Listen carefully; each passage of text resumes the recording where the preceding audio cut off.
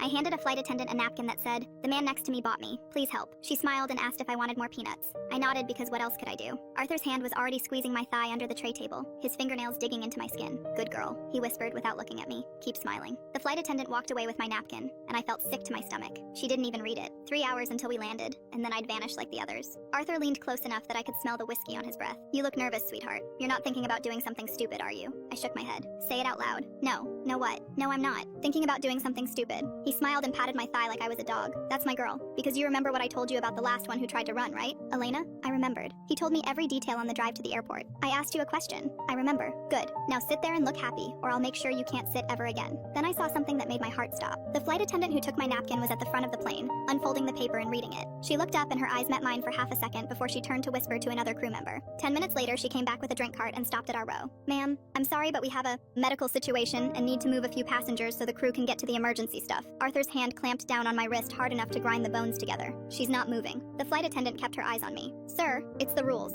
I don't care what it is. She's my daughter and she's not right in the head. If you move her, she'll have an episode." "Sir, I need to hear from her directly." "You're hearing from me. I'm telling you she stays in this seat." The flight attendant bent down to fix something under my seat and I felt her breath on my ear. "When I squeeze your hand,